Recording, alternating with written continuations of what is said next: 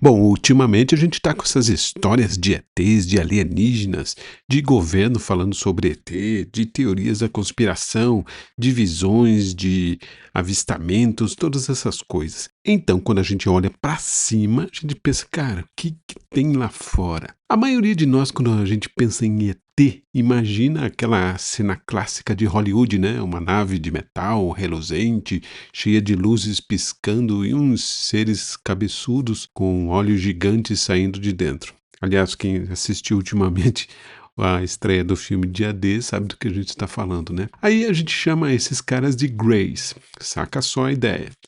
Mas o que quase ninguém te conta é que essa visão tecnológica cheia de parafusos e física quântica é uma parada puramente ocidental, né?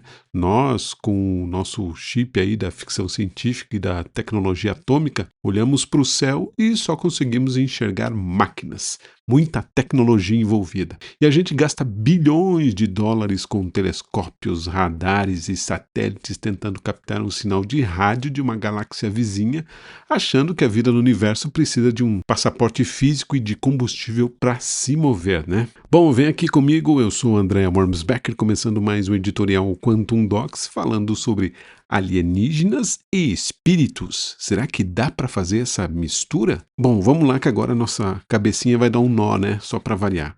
Se você conversar com os povos originários, os povos indígenas de várias partes das Américas, a história muda completamente de figura, né? Até teve um episódio recente aí do canal Paranormal que eles entrevistaram alguns povos originários e eles, povos indígenas, e eles estavam falando sobre essa questão de ver objetos não, ou seres espirituais como se fossem os Greys aqui para nós. Para eles, esses mesmos seres cabeçudos aí que a gente jura que vieram lá de Zeta Reticuli não são astronautas de outros planetas. Sabe o que eles são? Realmente espíritos, fantasmas. Criaturas que pertencem ao mundo aí invisível da floresta e dos ancestrais. Então, tipo assim, o cara da tribo olha para o exato mesmo ser de olhos grandes que o ufólogo americano fotografa. Mas, em vez de perguntar de qual constelação e nave ele veio, ele simplesmente reconhece aquele ser como uma assombração, como um guardião, como um espírito do outro lado. Só que tudo isso é muito bizarro, né? Isso fica mais bizarro ainda quando a gente para aí para analisar com calma, enquanto nós, né, o homem branco ocidental precisa de uma validação científica e de uma explicação materialista para aceitar que a gente não está sozinho. Os indígenas lidam com o invisível há milênios, sem precisar de nenhum manual técnico, né? E nem nenhum tipo de tecnologia para entender a sua cultura ali e o que eles estão vendo, afinal de contas. Então, eles têm uma propriedade histórica e espiritual infinitamente maior que a nossa para definir essas aparições, vamos dizer assim. Então, para eles, a barreira entre o físico ali, o material e o espiritual, nunca existiu da forma rígida que a gente, nós aqui os brancos, construiu nessas nossas cidades de concreto, vamos dizer assim. E aí, a grande sacada. Será que nós estamos experimentando diferentes tipos de realidades dimensionais sem perceber? Imagine que o fenômeno é um só. Uma energia pura que cruza a nossa realidade.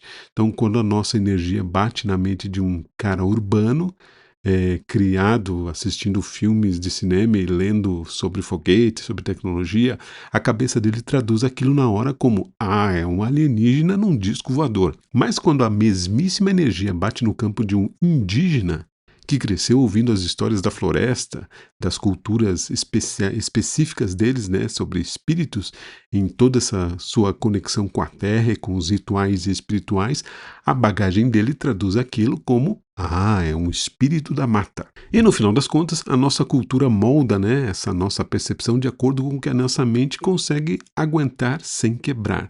Se a gente visse a realidade nua e crua, sem esses filtros culturais, talvez a gente nem soubesse como reagir, né? A verdade pode estar muito mais perto de uma matrix dimensional, onde diferentes frequências se cruzam, do que uma viagem espacial aí de milhares de anos-luz em uma caixa de metal, né? Que, como percebemos nos últimos tempos, é quase impossível. A gente vive repetindo aí que o mundo está evoluindo, que a ciência explica tudo e que o passado era ignorante, mas que absurdo é achar que a nossa visão de laboratório está certa, né? A história está aí cheio de pistas que a gente simplesmente ignora porque não se encaixa no roteiro oficial. Então, se você pirou com essa conexão entre xamanismo e ufologia, saiba que isso é só a pontinha do iceberg de um conhecimento muito mais profundo sobre como a consciência humana opera, ainda mais falando em dimensões. Então, o que você faria se estivesse isolado no meio de uma floresta fechada no meio da noite e ficasse de frente com uma criatura dessas? Você iria procurar os parafusos da nave lá na clareira ou tentaria conversar com aquela alma, hein? Seria pegar o celular para tentar gravar um vídeo aí para as redes sociais ou iria fechar os olhos e tentar sintonizar a mente na mesma frequência daquele ambiente? Fica aí o questionamento de qual lado você acha que está a verdadeira realidade. No painel aí de controle de uma nave espacial, quem sabe, né? Ou no terreiro sagrado aí de quem conversa com o invisível desde o início dos tempos. Então não caia no erro de achar que o que você simplesmente e só apenas o que você vê na TV, que a TV mostra, é esse limite do universo, hein? Vá atrás de histórias das tribos antigas, pesquise. Tem muitas informações nessas culturas, inclusive aí dos antigos sumérios, né? Dos egípcios, dos maias que descreviam os seus deuses caídos do céu. Olha só, pesquisa isso. Você vai ver que a linha que separa a ufologia da espiritualidade não é tão fina assim, e que às vezes ela simplesmente some. Então, viajando na maionese aqui, quem acha que o universo cabe num tubo de ensaio, tá aí. Então sai dessa e começa a olhar o invisível aí com teus próprios olhos e pesquise mais, vá atrás de informações que você pode se surpreender com você mesmo. Beleza? Muito bem. Obrigado pela sua conexão aqui no nosso editorial Quantum Docs. Obrigado por sempre estar ligado aqui com a gente.